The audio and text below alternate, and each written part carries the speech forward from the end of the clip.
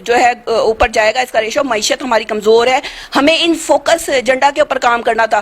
اگر وہ یہ سارا کچھ چھوڑ دیتے, ابھی منسٹر جس کا بیٹا ہو, پھر ایک ریزرو سیٹ ہمارے پاس خواتین کی بھی ایم ایل اے موجود ہے جس کی اس خاتون کی کوئی آواز یہاں پہ سنائی نہیں دیتی. پھر بیرسٹر صاحب آ کے یہاں پہ ایک معصوم سے آدمی کے اوپر, میرے بھائی ہیں وہ بھی عمران خالد, میری آج تک ان سے کوئی میٹنگ نہیں ہوئی, میں ان سے ملی نہیں ہوں, نہ میں نے ان کے ساتھ میری کوئی ہے, لیکن وہ اپنا کام کر رہے ہیں ایم ڈی اے میں, ان کو خاموشی سے کام کرنے دینا چاہیے. اور پریزیڈنٹ کا کوئی رائٹ نہیں قانونی اور آئینی بنتا کہ وہ یہاں پہ جلسے جلوسوں میں ان کا نام لے کے, تو اس کا مطلب ہے کہ ان کی وہ کام پہ ٹانگ رہی ہیں. وہی بات آ جاتی ہے کہ کام پہ ٹانگی ہیں تو یہاں پہ آ کے رونا پٹنا ڈالا ہے, یا انہوں نے پارٹی تبدیل کرنی ہے. سیدھی سی بات ہے, لوگوں کو تکلیف ہوگی, غصہ آئے گا, میرے خلاف ایک محاذ کھڑا ہو جائے گا, اور پھر ان کی سیاست ہمیشہ سے وہ ہوتی ہے, ایگریسو ہوتی ہے. یہ پیچھے پڑ جاتے ہیں لوگوں کو, ان کو نہیں چھوڑتے. کیا کر لیں گے, مارتے, زندگی موت اس رب کے ہاتھ میں. میں پہلے بھی یہ کہتی تھی, آج میرے بہن بھائیوں کو تھوڑا سا سوچیں کہ میری پہلے والی باتیں اور آج کی باتیں ان کو سچ لگ رہی ہوں گی. یہ ایک بندے کے پیچھے پڑ جاتے ہیں, اس کی کریکٹر اسیسینیشن کرتے ہیں, تو خود اپنے گریبان میں بھی جھانک لیں کہ انہوں نے 9 بار, وہ یہاں پہ آ کے کہتے ہیں میرپور کی عوام کو نے 9 بار مجھے بلایا, میں نہیں کہہ رہی ہوں,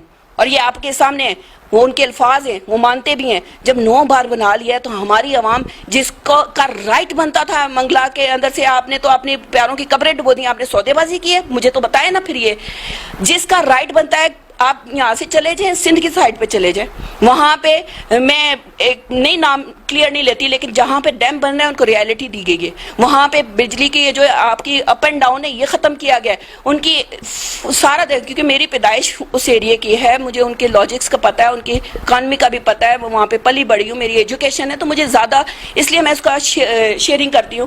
تو جب یہاں پہ آپ نے 2 بار 3 بار اپنے پیاروں کی قبروں کو بھی ڈبو دیا, خود بھی کھاڑ پچھاڑے, اپنے آبائی گھروں کو چھوڑ دیا, وہ چھوڑنے کے بعد آپ کو ریالٹی نہیں دی گئی. کل ایک گروپ اٹھا, اس نے شور شرابہ کیا, وہ کل خاموشی. کسی اور جگہ گاؤں قصبے میں انہوں نے بند کر دی ہوگی, ان کا منہ بند کر دیا ہوگا, اور پھر شوگر کوٹنگ گولیاں ان کو دے دی جاتی ہیں بیوروکریسی کی طرف سے, اور باقی معاملات کر دیے جاتے ہیں کہ فی الحال یہ ان کا جو ہے ایگریشن کم کریں اور بعد میں ان کو پھر دبا لیں گے. مجھے بتائیں کہ یہ لیڈر وہاں پہ جا کے کیا آپ کی آواز اسمبلی میں اٹھاتے.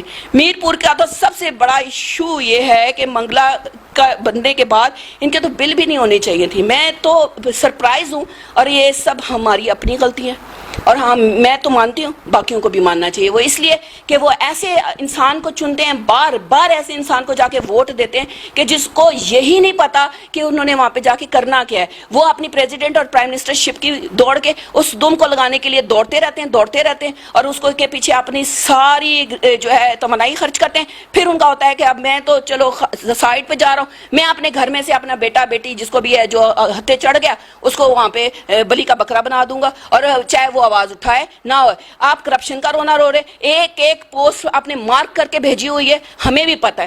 آئیں بات کریں, ٹیبل پہ بیٹھیں, لڑائی جھگڑے سے مسئلے حل نہیں ہوں گے. ایک ایک پوسٹ کے آپ نے پیسے, کرپشن تو آپ لوگ کر رہے ہیں, کون کر رہے ہیں؟ ایکسین تک آپ کا اپنا نہیں لگا سکے. آپ کون سی باتیں کر رہے ہیں؟ میں زیادہ باتیں اس بحث پہ نہیں پڑھنا چاہتی اور نہ میں پڑھوں گی, لیکن چیزیں ہماری نالج میں ہیں, ہمیں ایک ایک پوائنٹ کا بھی پتہ ہے. آپ بحث کریں, مباحثہ کریں, جو مرضی کریں. کرپشن آپ نے خود شروع کی, 5 لاکھ 10 لاکھ 8 لاکھ. اب آپ نے پارٹی چینج کر رہی ہیں کیونکہ آپ کو وہاں پہ وہ معیار آپ کا جو ہے وہ اسٹیٹس ہے وہ آپ اب آپ کو یاد آ رہی ہے میرپور کی عوام کا. اب آپ کے رو رہے کرپشن کرپشن کرپشن, اور ایم ڈی اے جو اب اسٹیبلٹی کی طرف جا رہا ہے. آج میں نے پڑھا نیوز میں بھی, اور میں نے دیکھا, میں گزری ہوں وہاں سے, کہ انہوں نے ریلی بھی نکالی پاک فوج کے حق میں, اور یہ بہت بڑی اچیومنٹ. دیکھیں, ہم پاک آرمی کے پیچھے, ہم اپنی عوام کے پیچھے جو ہماری سرحدوں پہ کھڑے ہوئے ہیں, ہمارے لیے وہ جانے قربان کر رہے ہیں. آپ ایک لمحے کے لیے سوچیں, آپ تو اے سی کے اندر بیٹھے ہیں, اس وردی کے اندر, وہاں پہ خاک کے اندر کھڑے ہونا یہ کتنی دلیری کی بات ہے. وہاں پہ اس گرمی میں وہ برداشت کرتے ہیں, کس کے لیے؟ ہمارے لیے. اور آپ جا کے جو ہے یہ باتیں کرتے ہیں. آپ آئیں نا یہاں پہ, آج تک آپ نے کوئی تحریک نہیں چلائی, آج تک کوئی پاک فوج کے جو حق میں آپ نے کوئی ریلی نکالی ہو, کوئی ایک بتا دیں. آپ باتیں کرتے ہیں میرپور کے بارے میں, کوئی ایک انٹرنیشنل یونیورسٹی بتا دیں. دوسری گورنمنٹ ہے وہ جو گئی ہوئی ہیں, میں نے ان کے ساتھ کام نہیں کیا, لیکن انہوں نے جو کام کیا اس کو ماننا چاہیے. انہوں نے یہاں پہ میڈیکل یونیورسٹی اور جو باقی مفاد عامہ کے پروجیکٹس ہیں انہوں نے وہاں پہ کام کیا ہے, قبرستان تک کے اندر کام کیا ہے. جو آپ کے مخالف ہیں وہ اچھا کام کر رہے ہیں, آپ ان کو اپریشیٹ کریں. جو آپ کے لوگ ہیں اگر وہ غلط کام کر رہے ہیں تو ان کے ساتھ بیٹھے نا, تاکہ لوگ, آپ چلے جائیں گے دنیا سے, آپ کے کام بولیں گے. آپ نے کیا کیا ہے ہمیں پتہ ہے. آپ اپنے جو دوست یار جو دو چار لگائے ہوئے ان کے علاوہ آپ دیکھنا پسند نہیں کرتے کسی کو.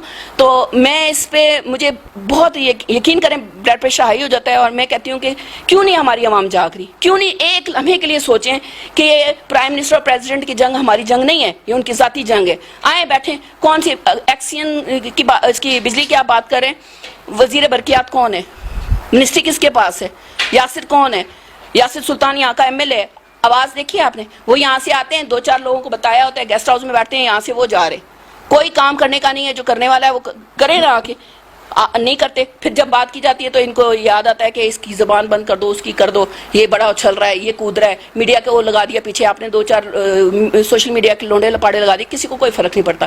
آپ کسی کی کریکٹر اسیسینیشن کریں, جو مرضی کریں, میری تلخ باتوں سے اگر آپ ایک لفظ سیکھ لیتے ہیں میرے لیے یہی بہت کافی ہے.